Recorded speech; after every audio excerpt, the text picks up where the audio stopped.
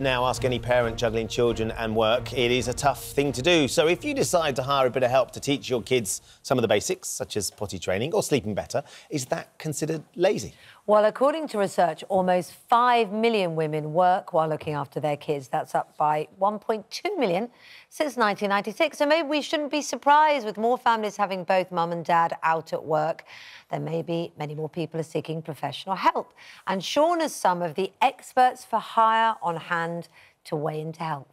Yeah, I'm with three people who would have made a massive difference when my kids were younger. I have potty training expert Amanda Jenner, the Hair Force lice assassins Dee Wright, and sleep training expert Lucy Shrimpton. Amanda, I'll start with you.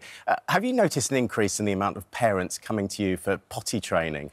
And why? Why aren't they doing it themselves? Yeah, I've noticed a huge increase. I think both parents are going to work, so obviously the children are in childcare settings and there's no consistency going on. And we've just seen a huge increase of children going to school in nappies. So, yes, I've seen a huge increase. And it's not because they're lazy, it's just basically they're at work, and toilet training is one of the biggest milestones that I feel as a parent that you face. Yeah, I was always told, just let the kid run around for a summer without the nappy and they'll soon dry up. Let's talk about head lice.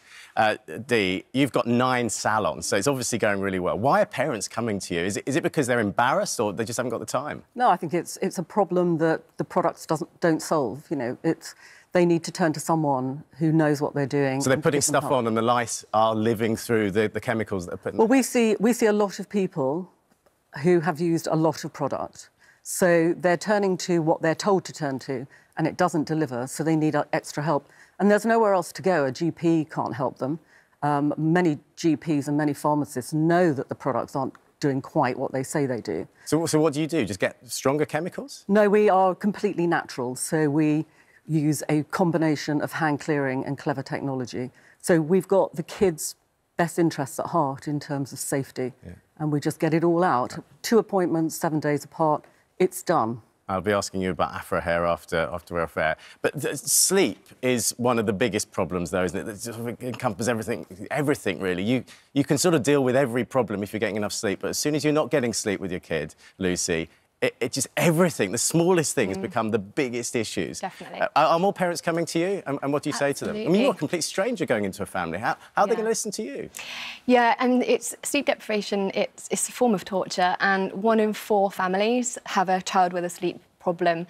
It's so debilitating, and the children need to learn how to fall asleep. Myself and my sleep nanny consultants have seen marriages falling apart, mums suffering with depression, and illness, poor health, careers at stake. So they're in a desperate state to have it solved. We assess each scenario individually because they are all different. And one approach, what works for one won't work for another. So we go in and work out what's going to work for that family, what's going to work for that child's personality, get them sleeping soundly and happily. Amanda, Dee and Lucy, thank you very much indeed. So, Ben and Kate, that's what's on offer to parents. They sound very attractive. We're out the other side of most of those things, unfortunately. Otherwise, I'd have got all 3 of them in at some point.